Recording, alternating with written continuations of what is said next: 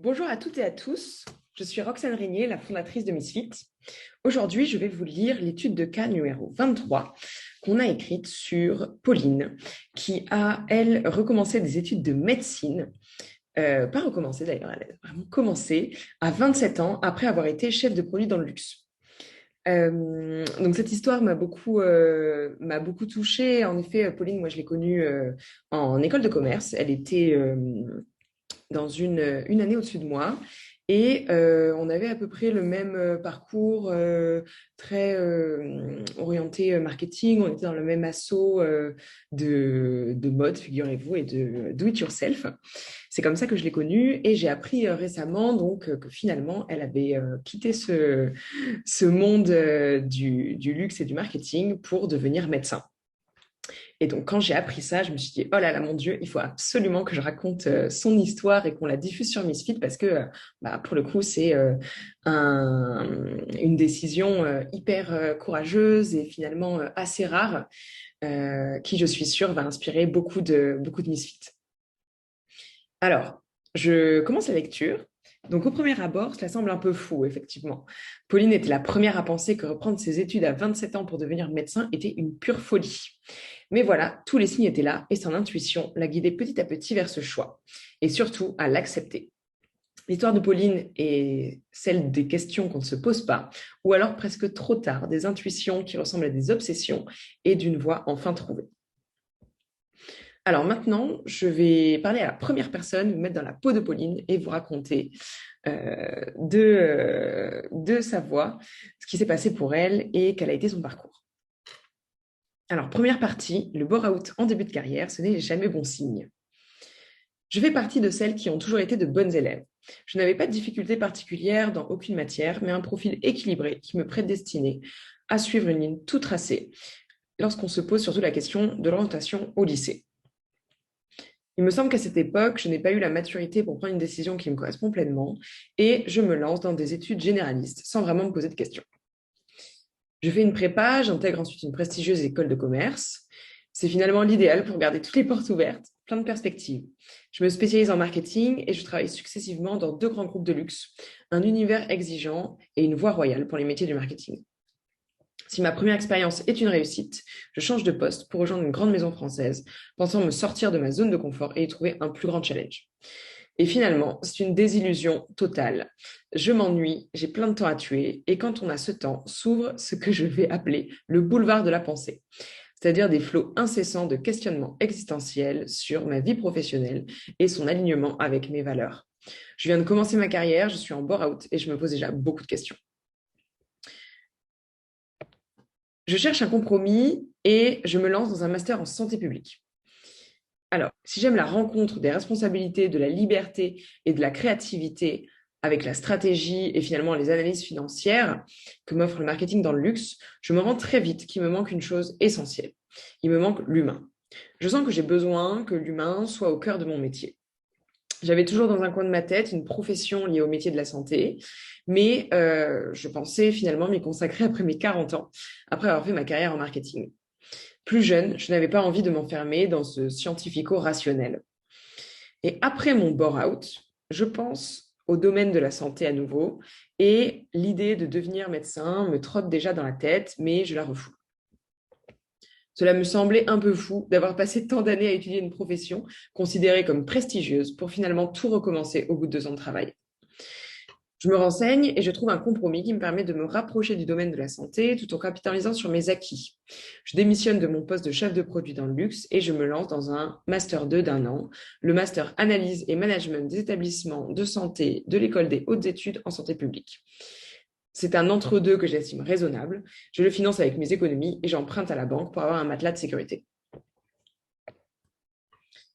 Très vite, l'idée de devenir médecin tourne à l'obsession. À l'issue de mon master, alors je cherche un stage, on me propose un CDI dans un cabinet de conseil en stratégie spécialisé en santé, dont les principales missions visent à améliorer le fonctionnement des hôpitaux publics.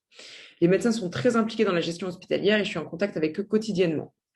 Au début, je suis ravie, mais plus le temps passe et plus je me rends compte que mon compromis ne tient pas. Je n'arrive plus à faire taire cette voix dans ma tête, je n'ai qu'une envie, être à la place des médecins. Ça m'obsède. Et quand je suis en consultation chez le médecin, j'y pense. Quand je vois mes amis médecins, j'y pense. Je me renseigne alors sur les parallèles pour devenir médecin. Et contre toute attente, c'est presque assez simple. Comme j'ai déjà un master, je peux rentrer en deuxième année de médecine sur dossier.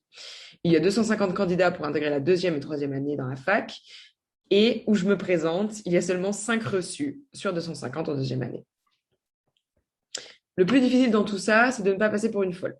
Mon entourage me soutient, certes, mais je sens que mon envie de reprendre des études longues à 27 ans fait peur. Au fond de moi, finalement, je sais que ce n'est pas un coup de tête, que c'est un cheminement long et réfléchi. J'en parle beaucoup avec ma petite sœur qui, elle aussi, fait médecine et me permet d'avoir un retour sans filtre sur la réalité du métier. Je sais dans quoi je me lance. Je n'ai pas de bagage scientifique, j'y crois pas trop, mais je le tente quand même. Je me dis que lorsque j'aurai enfin un nom, je pourrai mettre tout ça derrière moi. Le jour où je me suis enfin sentie à ma place. Je décide de présenter la fac de Montpellier pour que mon conjoint et moi puissions quitter Paris.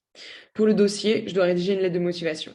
C'est une véritable introspection. J'y mets tout mon cœur et toute mon âme pour expliquer combien j'ai envie d'être médecin. Je suis vraiment allée chercher au fond de moi-même pourquoi je voulais faire cette reconversion. L'attente des résultats me semble interminable. J'ai l'impression de jouer ma vie. Finalement, les résultats arrivent et je suis prise. Je sens à ce moment-là une énorme libération, un soulagement. Je sais que je suis enfin à ma place. Comme je m'y attendais, le rythme est très intense, pire que la prépa. Je dois tout apprendre par cœur, mais malgré les difficultés, je suis sûre de mon choix. J'adore apprendre, me lever le matin pour réviser. Les études de médecine sont très concrètes. Je n'ai jamais été aussi sérieuse de toute ma vie. La réussite de ma deuxième année et mon passage en troisième année ont vite mis derrière moi le manque de confiance et une certaine crise de légitimité. C'est simple mais vrai, quand on veut, on peut. Il me reste encore 7 ans d'études et un peu plus si je me spécialise en gynéco. Parfois, je me sens un peu en décalage par rapport à mon entourage. J'ai retrouvé un rythme étudiant avec des cours, des partiels. Mais bizarrement, je n'ai pas l'impression d'avoir régressé. Bien au contraire, je sens que j'avance dans cette voie qui est la mienne et qui me fait vraiment grandir. J'ai arrêté de me mentir à moi-même et j'assume d'être différente de ce que je pensais être. Je ne sais pas vous, mais à ce moment-là, il m'a semblé être moins courageux de reprendre des études longues que de continuer à faire semblant pour le reste de ma vie. Voici mes 3 conseils à des femmes qui envisagent une reconversion et des études longues. La première, c'est que toutes les barrières peuvent tomber, les unes après les autres. Mon expérience m'a appris qu'il y aurait toujours une solution, même pour l'aspect financier. La deuxième, c'est le fait de ne pas se voiler la face et de se confronter à la réalité du métier que l'on va exercer pour être sûr de soi et de son choix. Et la dernière, c'est le fait de s'écouter, d'écouter son intuition. Même si j'ai essayé de refouler mon envie d'être médecin, je sentais quelque chose de très fort, quelque chose qui me disait que c'était vraiment ce que je devais faire. Alors maintenant, je reprends ma casquette de Roxane Régnier, coach et fondatrice de Misfit. Et j'ai écrit un petit paragraphe sur finalement ce qu'on peut retenir du parcours de Pauline. Alors pour moi, ce qui est très frappant dans ce parcours et ce qui est vraiment intéressant de retenir, c'est le fait que Pauline a réellement su transformer ce sentiment qu'elle percevait comme de la folie en une direction qui était vraiment saine et claire à suivre pour sa vie professionnelle. Ce qu'on peut se dire, c'est que tout ce que nous percevons comme étant fou, de la folie, n'est finalement que la sensation de dissonance entre notre état intérieur et la réalité de ce que l'on vit. Finalement, on ressent une incohérence. C'est pas nécessairement quelque chose de fou, bizarre, de totalement stupide. Mais ce qu'on peut voir, c'est que si vous réalignez votre réalité avec votre état intérieur, avec ce vers quoi votre âme tend, ce sentiment disparaît et ça se changera en une évidence. Ça, c'est quelque chose que Pauline a réussi à faire avec beaucoup de courage.